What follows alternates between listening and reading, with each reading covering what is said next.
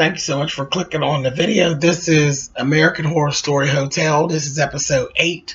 We finally got back on track in the AHS world. Because, like I said, I was getting kind of ticked off because the writing was getting very, very lazy as far as I was concerned. A lot of the storylines were borrowed as far as I was concerned. So we actually start right off with Ren getting hit by the truck and John actually running away from the scene. And he ends up going back to the Cortez. And Liz Taylor's in there, her bald-head drag queen ass, grieving over the stuff that happened with Tristan and all of that. So in the midst of that, John walks up to her. John ends up snatching her up and yanking her up and carrying on. And she ends up telling him, if you don't take your hands off of me, I will slit your goddamn throat in your sleep. And he's telling her, you know, he knows that the killer is there at the Cortez and this, that, and the other. She knows something about it. He better point him to the killer and all this bullshit. Meanwhile, Sally's old hide up ass is over there. She goes and gets him, takes him on up to room 64 and tells him that there's answers behind that door. And he's like getting all upset. And you telling me you've been hiding him in here and this, that, and the other? She's like, no, there's answers here. So she told him, go on in the room. And she told him this was James Patrick Marsh's room, and he actually died in this room February 21st at 2:25 a.m. So that's what all that was about with the clock. She tells him to go look behind the armoire. That's where there are answers. Naturally, he moves it. There's a door. You open up. That is this hidden room back there that actually has these glass valves, and you're seeing all of this stuff. John actually is the killer. He basically picked up where John Marsh left off in 1926. John Marsh committed 2 murders in 1926 before all of the stuff happened with him and the police got on him and he killed himself. So there were 2 murders, and then he had to find somebody to be his successor, and it just happened to be John. And I'm going to explain kind of what ended up happening with that. Sally actually went and told the whole thing. We got to know a whole lot more about Sally and what her whole situation is. Her and John Marsh are basically 2 peas in a pod. Actually, she fell in love with John, and John Patrick Marsh wanted him for what he wanted him for, and he basically promised John to her as a love interest. But after he was done, after he carried out his work, he wanted to do, like I said, the whole 10 Commandments and all of that. So once she took him in the room, went behind the armoire, that's when everything started coming back to John, and she's leading him through into this. He's like having this whole complete total breakdown. And she told him, you know, it's been you. It's you, John. It's always been you. It's going to happen again and again and again. And you can't stop it. It is what it is. It's all impulse. So he's basically going to do these 10 murders unless somebody murders his old rotten ass before that. But the plan is that he do these murders. And she is so there for it, because at the end of the 10 murders, he's going to be hers. That's the arrangement that her and Mr. Marsh had actually made. So old high-ass fucking Sally is down with it. And she's been fucking John and everything else, keeping him all in. The first time he actually went to the Cortez was back in 2010. And he was working on a case and he was having some issues. He went to the Cortez, and that was the day he met with Sally and all them, and it was actually that damn Donovan took him up to meet John Marsh. John Marsh was in the midst of having a meeting with the Countess. You know, they have their one thing each month.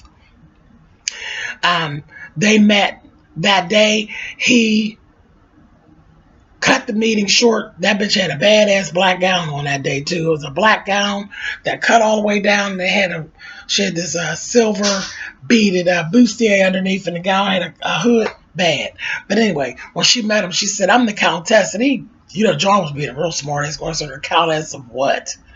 And she's like, "With those blue eyes, I'll be the Countess of whatever you like."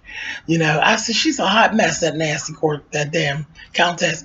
But James March told her, no, you're not biting and feeding on him, honey. You can forget it. He's going to carry out my work. Because right away, he fit the bill.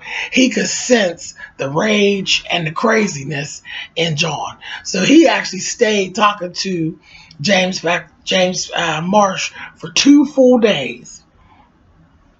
And, that they were having problems with the marriage and that, because again, he just disappeared for 2 days. So that was causing a problem in the marriage. James Marsh needed to do something to really bring him over. He was right there on the edge of insanity. He needed something to throw him over. He sent Countess to kidnap Holden. So that just really, once she took Holden, that made him snap. And he basically started going into this downward spiral at that point. And he had been back to the Cortez a few times and had different conversations with John Marsh. Then in 2015, literally, it's like 5 years later, he finally had talked him into coming on board with what it is he had going on. He was gone by that point. So he actually put him on to John Gamboa, which is the first one he killed, because Mr. March made him aware that John Gamboa was a pedophile. He killed that man on Holden's 10th birthday. Holden would be 10 years old, and he showed him that Gamboa actually had gone up into the hotel and had this little boy and was doing pedophilia, and I think he killed the little boy too. But he basically sucked John on him, and that was the first murder that he did. So let me go through. We'll go through that. But anyway, he did that. Now that the stuff has gone on with Ren, he goes down to the morgue. He sees his partner. I'm going out of the order that the actual episode went, but it's going to make more sense to you all because I'm actually going back through this, so you don't have to piece it together like I did. I'm putting it in the order that it actually happened. So he goes to see him, and he's basically standing down there in the morgue with Ren, and he's telling him, he's basically confessing everything to his partner Andy. And Andy's like, no, whatever it is, I know you're losing a little bit. We can make this all go away, the stuff with Ren and that. The fact that he broke Ren out and all that. He's like, no. He's like, I did some other stuff. I committed murders and all that. So he's basically literally explaining it to the partner that he is the 10 Commandment killer. But of course, the partner's not believing him. He's like, man, you're losing your goddamn mind. And he's steadily trying to make up these excuses. Anyway, so this is the way it went. And he's explaining it. The first one was "Thou shalt not steal," and like I said, there were glass valves in this room. That room that was hidden behind the armoire, and it had these different things in it. So just follow me here. The first murder was "Thou shalt not kill," or steal. Sorry, "Thou shalt not steal." The person that stole, their hands were cut off, put in the valve. The second one was "Remember the Sabbath day, and keep it holy," because you're not supposed to work on Sundays. So there was a field of migrant workers that actually were killed, and all their teeth were removed. All the teeth are in a valve. Now, those were the 2 murders that James Patrick Marsh had committed before the cops caught up with him, and he killed himself and all of that. Now, where John stepped in was murder number 3. "Thou shalt not worship false idols." So that was Martin Gamboa. He basically bashed his head in and took out the remains of his brain, and that was actually put into a valve. Okay, number 4 was "Thou shalt not commit adultery." John actually was thinking that his partner Andy was sleeping with his wife Alex, because Alex had started to talk to Andy about the problems her and John were having. So he got jealous, messing around with that Sally, and was thinking that he said, I'll kill them both. And because Sally would literally lead him to whatever the next murder was. She just basically led him.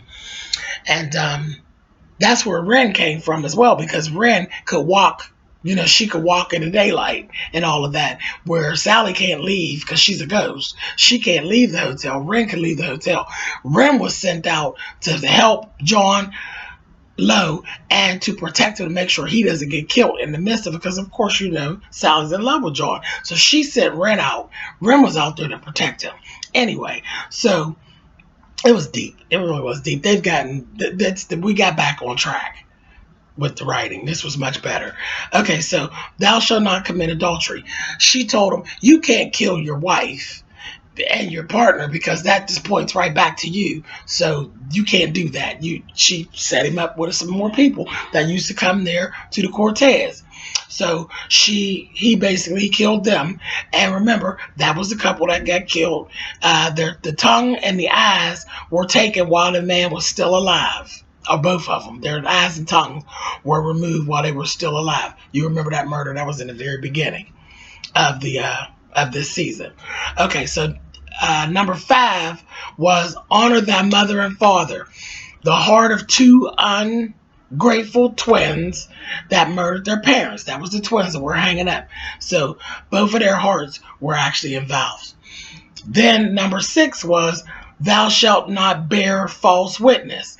That's when he went to the gossip column, and he basically, the gossip mongers, their tongues were nailed to their desks, and he ripped out their vocal cords. Their vocal cords were placed in the valves. Number 7 was thou shalt not take the Lord's name in vain. So that's when he went, and that's when you see Ren on the set, but she helped when he went and killed the false television prophet and literally removed his spleen and took it. So there were 7 murders down. That's it. 3 more to go. So now John knows everything that's going on. He's getting aware of what's going down. So he's explaining all this to the partner. The partner's like, this is all crazy. This is not what's going on, this, that, and the other. So he's trying to comfort John. And again, they're down there in the morgue. Ren's body's laying there. He takes a damn scalpel off the table and shanks the shit out of Andy.